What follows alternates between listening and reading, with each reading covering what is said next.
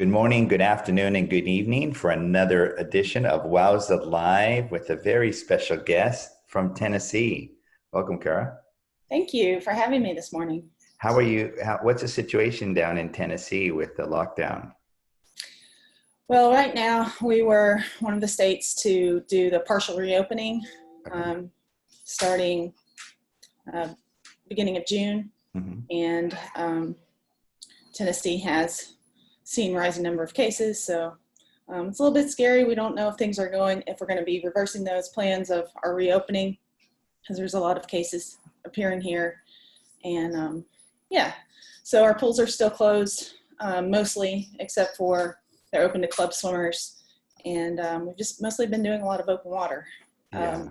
The YMCA is open for, you can sign up for slots and swim one to a lane. And I'm just not really willing to deal with that because we have so many wonderful places to swim open water here in Chattanooga. I Yeah. just, yes, sticking to outside swimming for now, wild swimming. Yes. And when I look about your career, you swum everywhere. You swum in Hawaii, English Channel, up in Vermont, to down by you are. I mean, it's like keeping a caged warrior in the little closet. I mean, you Yeah, need I've to get been out. fortunate. I've been fortunate that I've gotten to travel quite a bit for fun swims. Uh, Um, I've been back in my hometown of Chattanooga now for about 10 years. mhm. We just had the 10th swim the suck. This will be the 11th if we're able to have it this year. But before that, I was in San Francisco, where I was a member of the South End Rowing Club for 5 years. Okay. And that's really where I got into open water swimming. I had dabbled in it before, but that's where I became pretty serious about it. And living out in California, as you know, you're pretty close to Hawaii. Yeah. So I got to travel out to Hawaii, and it wasn't quite as expensive or as far of a plane trip. Uh-huh. And out there also we got to swim Tahoe quite often with my friend Reptile Brain. Uh-huh. I've done a lot of unofficial crossings of Tahoe over the Wow. years with Okay. him. Um, And altitude doesn't bother you, or it's Not different. so much. Now it's mostly if I were just to go swim Tahoe tomorrow, what would affect me the most is the temperature. Because Okay. swimming in the south, our water is pretty warm. I Yeah. just told you I think it's about 78 here right now. Uh-huh. Water can get pretty hot in Tennessee River, up into the high 80s, even low 90s. Really? Yeah.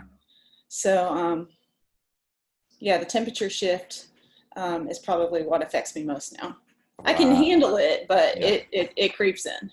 Yeah. And when you were in San Francisco, you were training in the Aquatic Park, or where were you Yes. mostly? Yeah. Yeah. Aquatic Park and Ocean Beach and any beach that we could drive to. Yeah. We And would swim. was that the catalyst for you to do all of everything from Hawaii to English Channel, or is there some other catalyst? Well, growing up a competitive swimmer, I swam for we had a summer league swim team here in Uh-huh. Chattanooga. It was a competitive league. And when you were 8 under 910, 8 unders did 25s, 910s did 50s, but starting 11, 12, it was 100s Yeah. and 200 IMs, Yeah. 100 fly. And so these days it's become much easier. Everybody does 50s and it's Yeah. only 100 IM.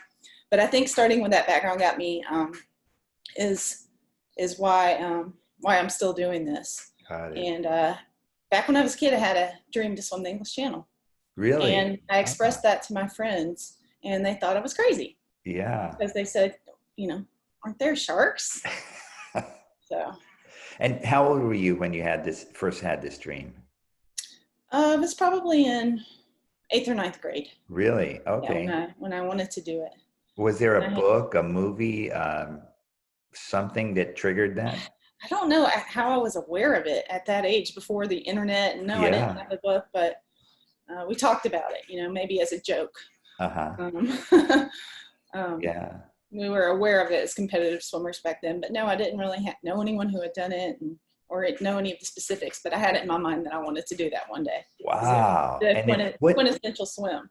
yeah. What age were you when you actually did the channel? I was 34. 34. So from an eighth grader, you had this dream, and you're 34 and you realize the dream. When you were standing on the British shore looking towards England, what was that feeling? Were you nervous? Were you excited? Yeah, I was just excited. I was so ready.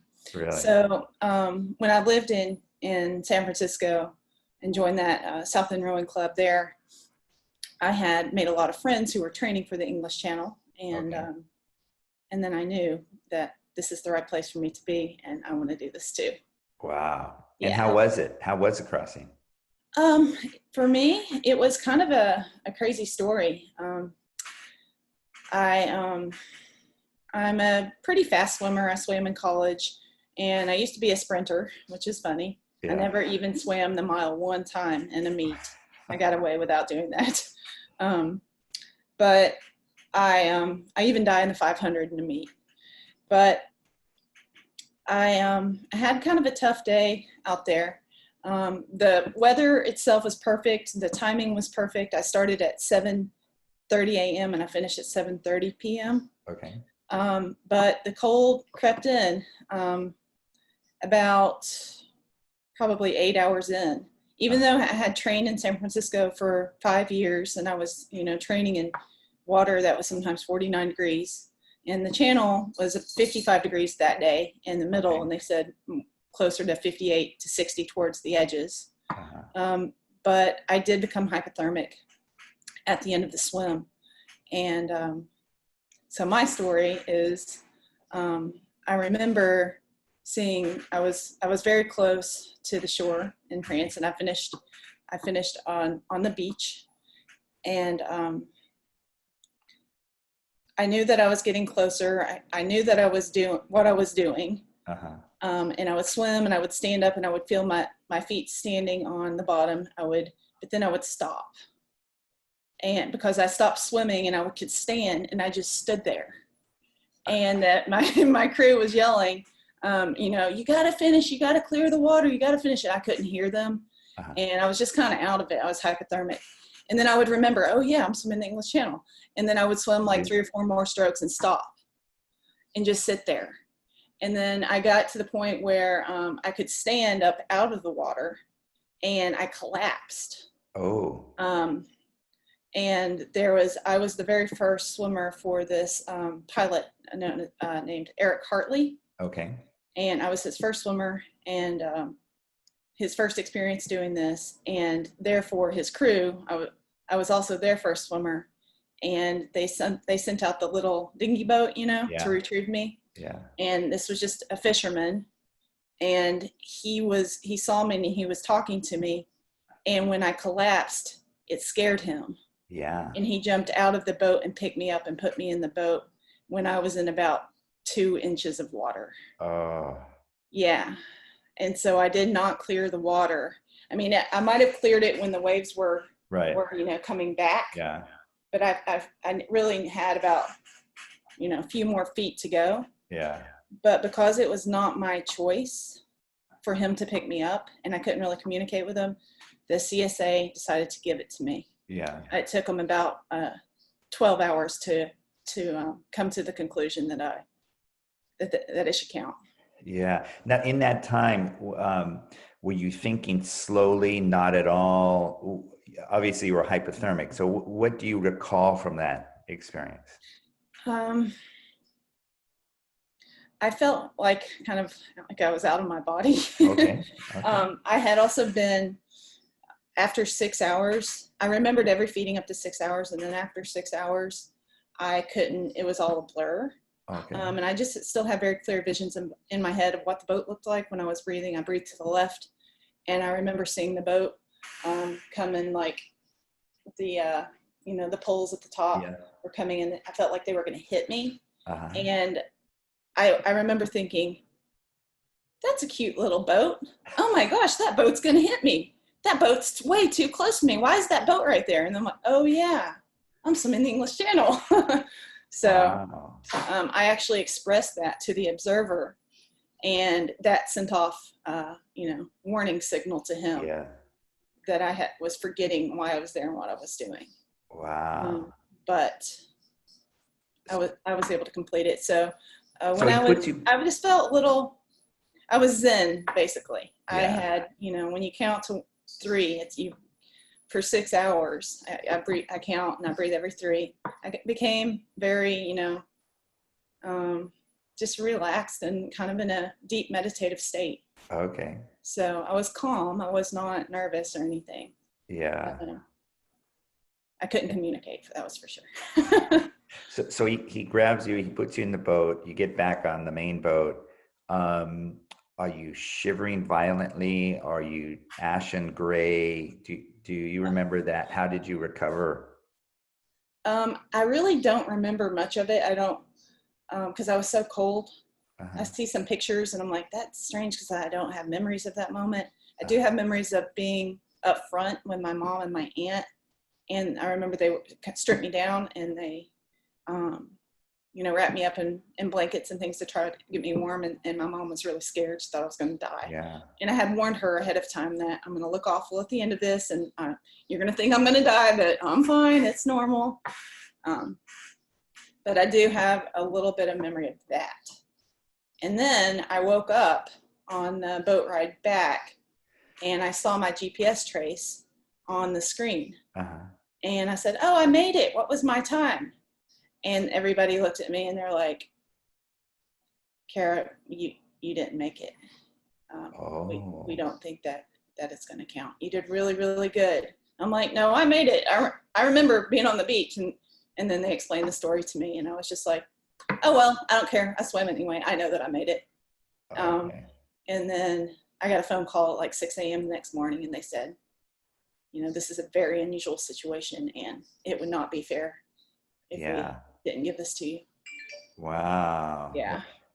So you finished the English Channel Mm-hmm. and you've gone through this trauma, this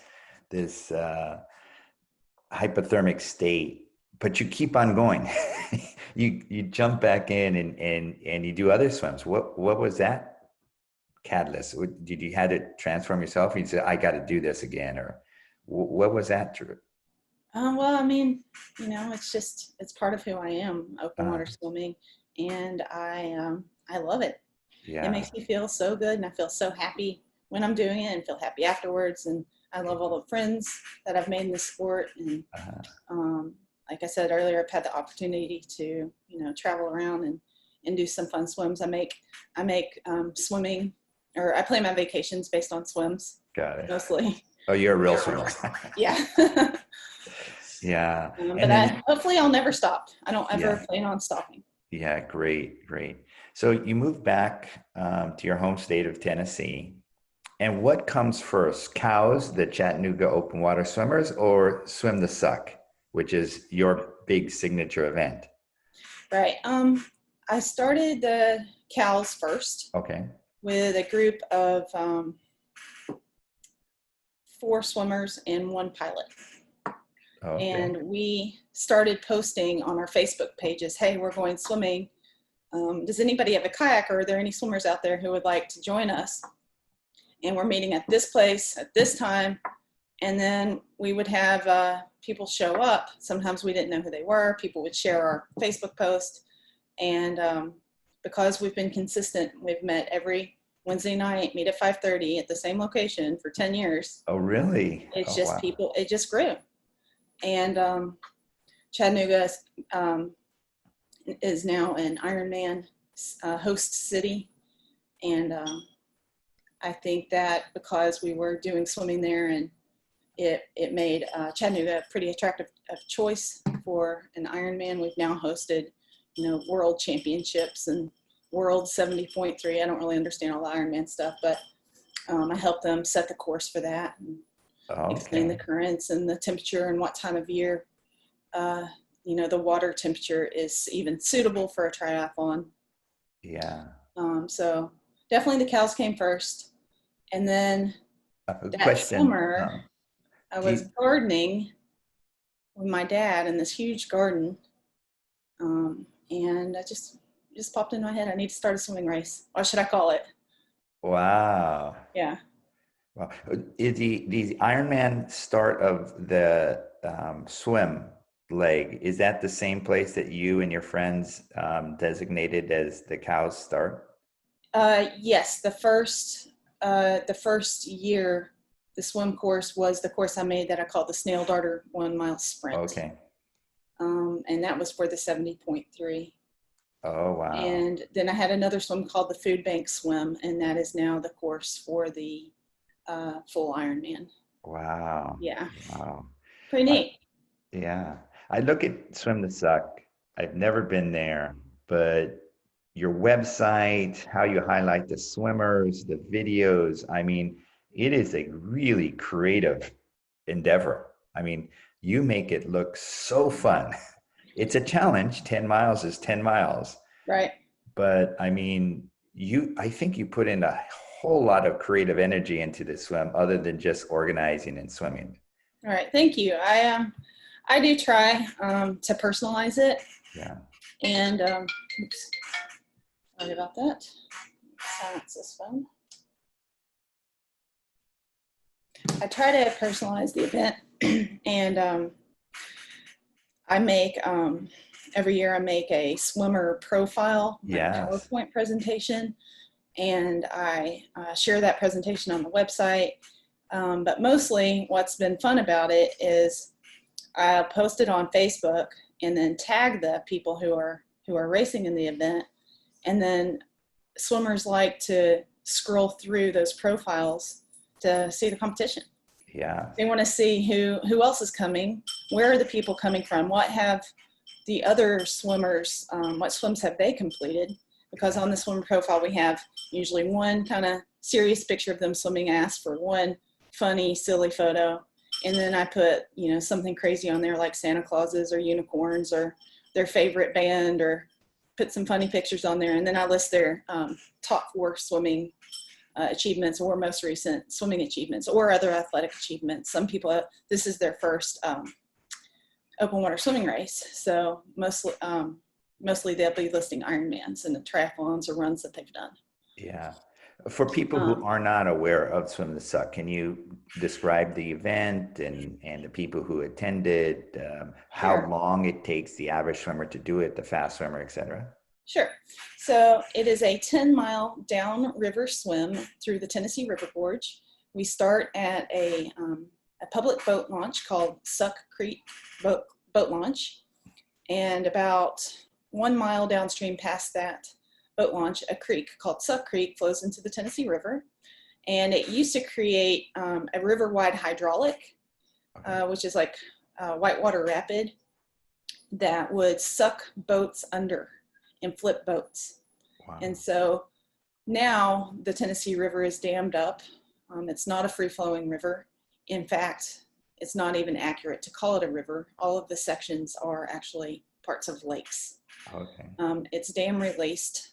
So the part through the Tennessee River Gorge, however, is the natural boundaries of the river. So Okay. it looks more like a river and not, like a lake. But they used to have to tie boats up to strong ropes and ropes and pull the boats through so that they wouldn't flip. And Wow. so you see where the swim gets its name. My Yeah. grandmother grew up in that area, and it used to be kind of, backcountry, kind of a remote area, a little bit redneck, a little bit inbred. Yeah. And she used to say that when she was little that she would go swim the suck, meaning she would go to Okay. the creek and jump in the cold water off the big rocks and swim in the river. So that's how I came up with the name. But then we continue 10 miles downstream, Uh-huh. and we take out at private property. I've had to change the finish now twice. Originally, we finished at the Pot House, Uh-huh. which is a historic log cabin that my grandmother was actually born in. Wow. We finished there the first 3 years, I believe. And then I changed the course, and we finished at private property a couple miles downstream on the right. And then that private property sold, and the new owners were no longer interested in having hundreds of cars parked in their field. And luckily, there's a nice family who owns a lot of property on the other side of the river, Uh-huh. who thinks that the event is wonderful and welcomes swimmers from all over the country and think that, love to share their beautiful property. That's called Tennessee River Gardens. Okay. Got it. Now, Yeah. when I'm a participant in this event, I get dropped off at the start, and my family or friends then drive to the finish. Is that how it works, or can they watch along the way? Right. So we, in the morning, swimmers and pilots, everyone parks their car at the finish Okay. at the Tennessee River Gardens. And then I have school buses pick everybody up and drive everybody to the start. Got it. And so that way they swim downstream, and when they finish, they're at their car and they can leave whenever they want to. Right. But the logistics of this are not easy, Yeah. especially because a lot of people bring their own kayak, so they don't rent a kayak. And in fact, if people didn't bring their own kayak, if more than half the people didn't, I don't know how I'd have the event. Got it. Because I don't have access to that many kayaks. So I rely on people bringing their own kayaks, and then they have to drop off their kayak at the start. Got it. And then drive to the finish. And it's about a 20 to 30-minute drive. Got it. And it does not follow the river. Oh, okay. Right. So that's a little bit confusing for people. Yeah. There is a road that follows the river on the other side. However, and where you can spot, like for spectators. But there's no bridge that crosses over. So you would have to drive like more than an hour. Oh. Yeah. To drive down the river and then cross at Nickajack and then come back up to Tennessee River Gardens. So it's the logistics of it are pretty confusing. So, school buses even get lost. Really? Yeah. So in the midst of all this, you also organize a very safe race. So how do you deal with all the contingency plans and safety when you've got these geographic logistical challenges? Right. So probably what makes the event very safe, the most safe, is that I require every swimmer to have a pilot. Mostly, we have found that kayaks are the best craft of choice for the swimmers. Sometimes it gets really windy through the gorge, and stand-up paddlers have a difficult time because of the wind. They have a difficult time keeping up with their swimmer. Isn't that funny? Swimmers can swim against the wind, no problem, but once you're on the surface, it's can be harder to cut through that wind. But I'm sorry, what was the question? Oh, the safety aspect. The safety. Oh yeah, so we require a pilot to swimmer ratio of 1-to-1, and most swimmers it takes anywhere from 3.5 to 6 hours to complete the swim. Okay. And that is with current. Usually we start off with about 20,000 CFS for the first 3 hours of the swim, and then it trickles down to like 8 to 10,000. This provides a little bit of assistance, but even for fast swimmers, they're looking at a 3 to 3.5 hour swim. Okay. I have finished anywhere from 3.5 to 5 hours. Wow. Okay. Yeah, sometimes it takes me 5 hours depending on the current and the conditions, the wind, things like that. Wow. So even though it's downstream, it's not a guaranteed, easy race. Yeah. And then in terms of safety, we have an ambulance that is at the start for the first 3 hours. And if there's an emergency on the water, every pilot has the phone numbers of our power boats. Okay. And they're supposed to call the power boat or wave a paddle in the air and transmit a signal so that a power boat can get to them, or call the ambulance that's at the start. And then the power boats will transport that person to the start, where then they can be taken to the hospital if required. But 3 hours, because we say our cutoff is 6 hours, after 3 hours, the ambulance moves to the finish line. Got it. So then if somebody has an emergency after that, we'll transport them to the finish line. Got it. Right. Now you're the race director, but you also swim. How do you handle those two hats? Right. Well, I swam the first 7 years. Okay. The last 2 years, I did not. Okay. And that is because I feel like it would be a little bit irresponsible looking if there was an issue on the water Got it. and I was not available to take care of it because I was swimming. Got it. I do trust my boat crew and my land crew. They're amazing people. They have tons of experience, but I would just hate for them to have to go through an emergency situation without me there. Yeah. And, so far we haven't had any serious situations. We've had cases of hypothermia because the event's in October and the water temperature in recent years has been pretty warm, like 75, but sometimes it's like 68. Okay. And just being in that long, people are hypothermic after it.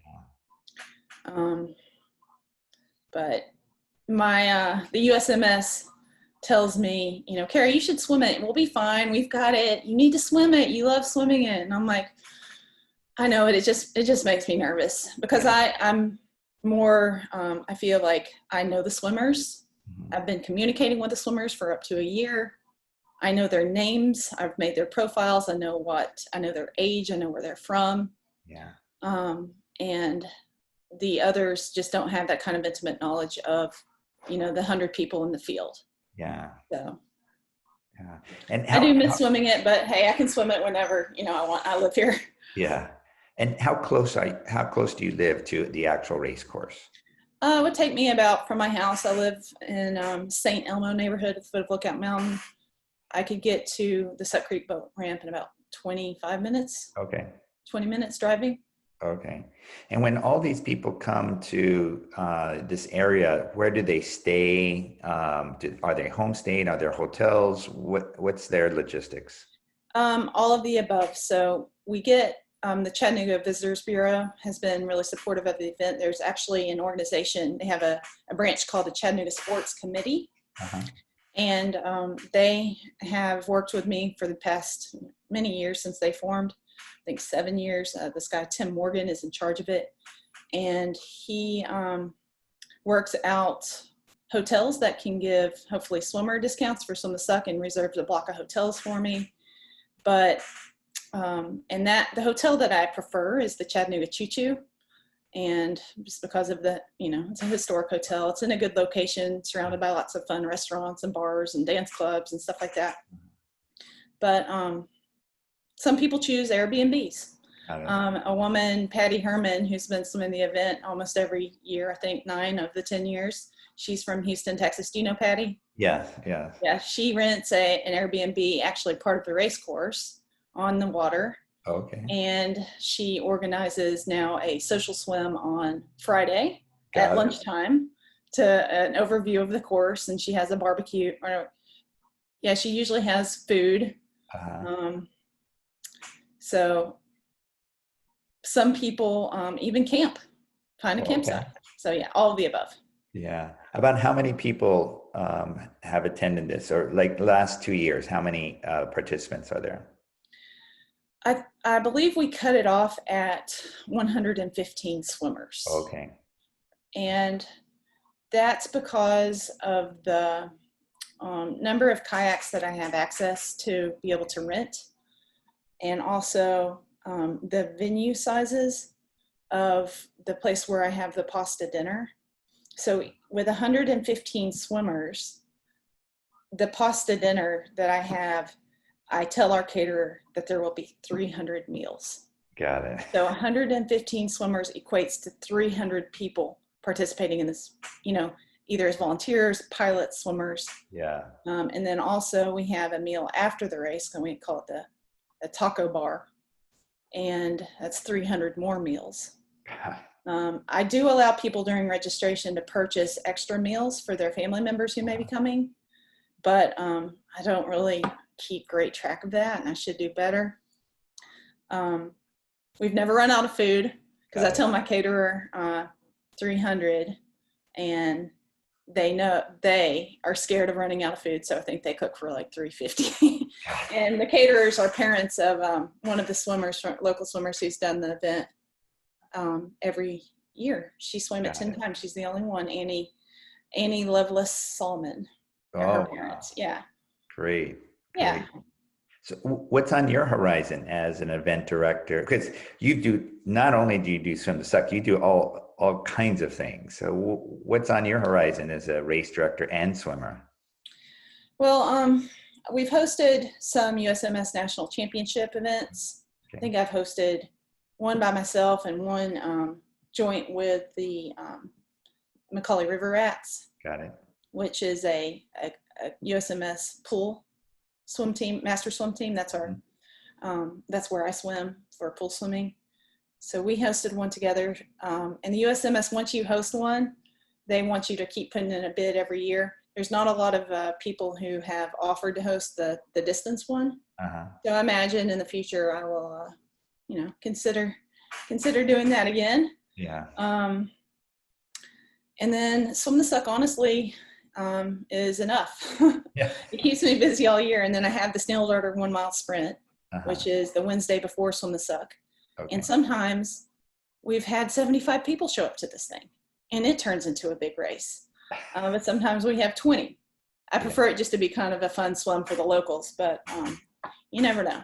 Yeah. And then I had planned this year on doing End Wet, but it got canceled because of coronavirus. Not canceled, postponed. Yeah. So I would like to swim it next year is my plan. Got it. And what's the plan for Swim the Suck this year? Still up in the air? It's still up in the air. So when I emailed, I have to get permits through the United States Coast Guard Nashville office, Okay. Ohio River Valley, and from the Tennessee Wildlife Resources Agency, TWRA. Yeah. And I reached out to both of those organizations and I said, can I have this event this year? Are there any restrictions because of the coronavirus? And they said, well, if you can get approval of your safety protocol from the health departments that your race takes place in, then we can issue the permits. Got it. And it took me a while to track down. So our race takes place in 2 counties. Oh, And health departments are pretty busy right now. yeah. And so I was just calling, hard calling people. And I ended up with the right contacts. It took quite a bit of work. And I passed along all the information I learned to Ironman, because they're going to be dealing with the same thing. They have to get the same permits. Yeah. And also to Jack McAfee and Blake Ogle, who put on the Bridges to Bluffsville in Knoxville, because they have to go get the same permits. Yeah. So the health departments have gotten back with me and they said, as long as we follow the CDC guidelines and the governor for our state's guidelines at the time, which are constantly changing, Yeah. then we can have the event. So I put so much work Yeah. into this, figuring out, I want to have it if I feel like we can safely have it. Yeah. Right now, honestly, I'm scared because the numbers in Tennessee are not looking good. Yeah. But it's still, several months off. People do have to purchase plane tickets, reserve hotels. So I've just asked them to please purchase refundable tickets. But at the point that I start spending money, for t-shirts and, the meals and the finish line, all of that stuff, then I don't think I'm going to be able to issue reimbursements after that point, right? Yeah. So knowing that, half of the field said that they would defer to 2021. Half of the field has said that they will participate in Swim the Suck if we are able to have it. And about 10% has withdrawn, just completely withdrawn. Yeah. But keeping track of that has been pretty difficult. And I've had to, I called 30 people on the phone one day. Had to call them and say, what are you going to do? I need to know. Yeah. Because I had to put it in my safety protocol. Yeah. How many we would have, and I have to figure out how many kayaks. So I'm putting in a lot of effort right now to try to make it happen. But if our state closes, then, Right. I can't have it. So I just don't know when the best time to call it is. And what a decision. Ironman is planning on having a 70.3 competition here in Chattanooga August 23rd, I believe. Okay. And they haven't called it yet. They And have not. they have not called it, and I can't believe it. It's one of the few Ironmans that still hasn't been called in the country, maybe even in the world. Oh, wow. So I kind of, they're 2 months, August, September, yeah, 2 months before my event. Right. So I'm kind of watching that closely to see what decision they make. Yeah. Yeah. But I did study infectious disease for 10 years. Yes. And, you know, my safety protocol, if we were able to have the event, is that we've canceled the social events part of it. We've canceled the pasta dinner. The post-race taco bar would have to be, served to people, so nobody's touching, surfaces multiple times. Usually we have 4 kegs. We're gonna have to have somebody serving the beer this year. Yeah. But I just don't know. Yeah. You mentioned infectious diseases. You're also one of the very few race directors around the world with a PhD. Can you explain a little bit of your dryland background? Sure. So I went to University of Kentucky for my PhD. I wanted to study the aging brain. I was really interested in Alzheimer's disease. Uh-huh.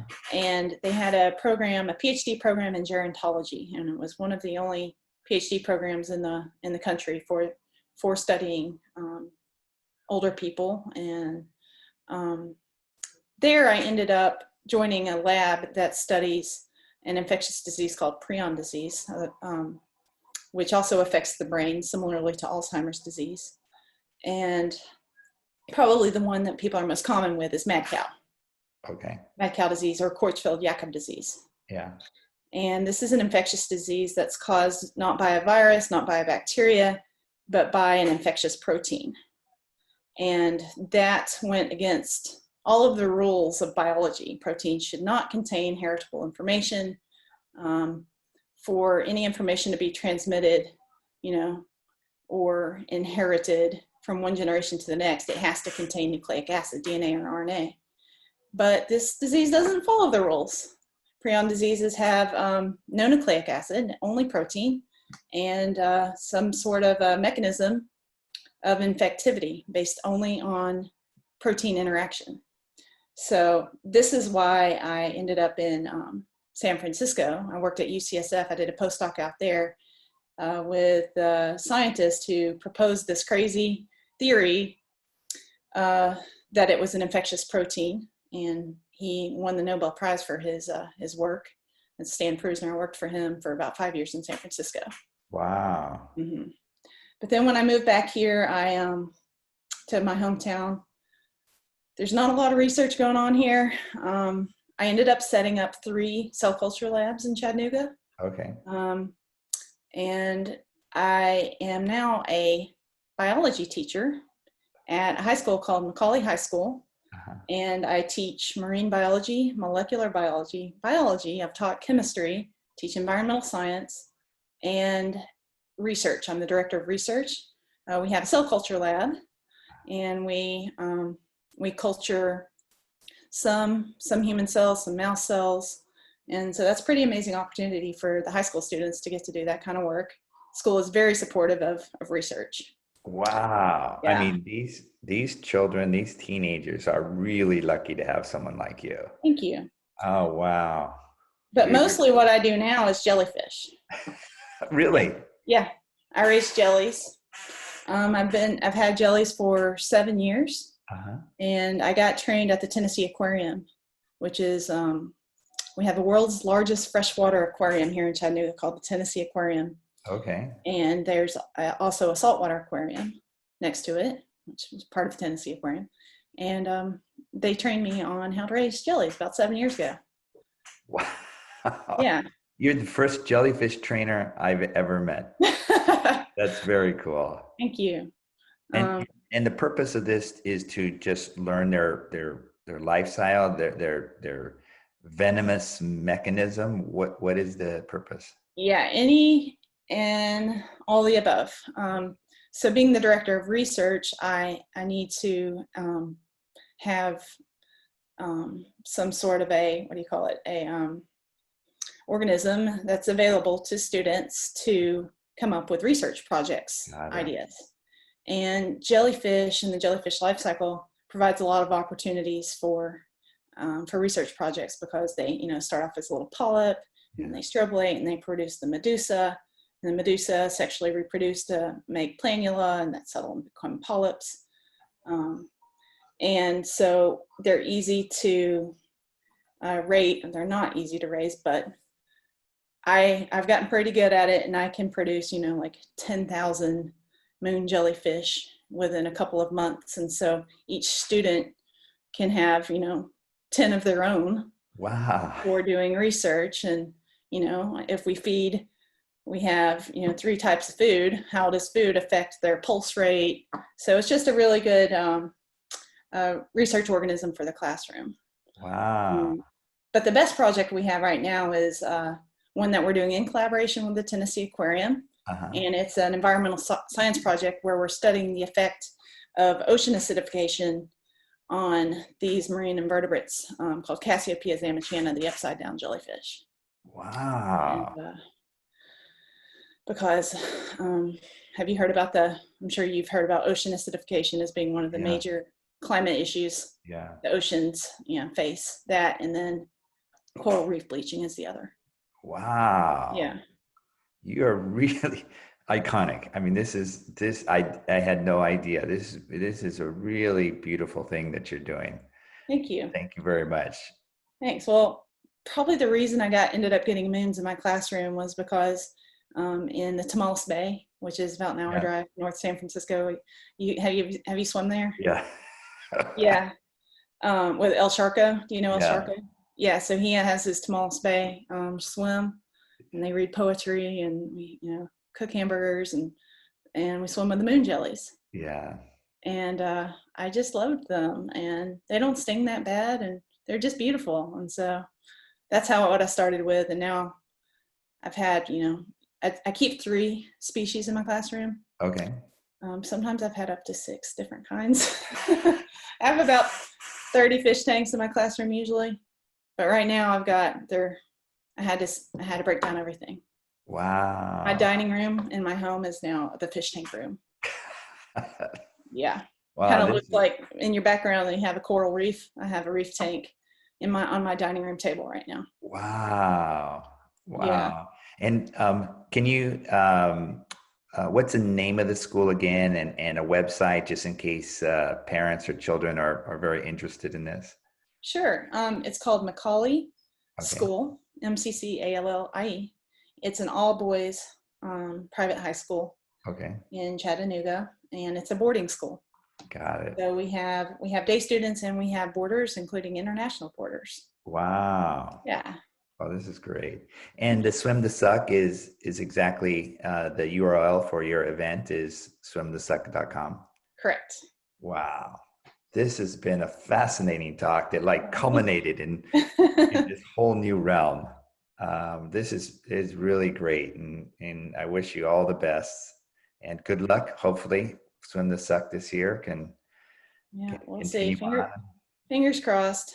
But I want to be safe, and I'm feeling pretty nervous about it, honestly. And I think all of the swimmers understand that. Yeah. But I really appreciate you taking the time to talk to me today. No, this has been great experience. Thank you very much. All right. Take care. All right. Have a good day.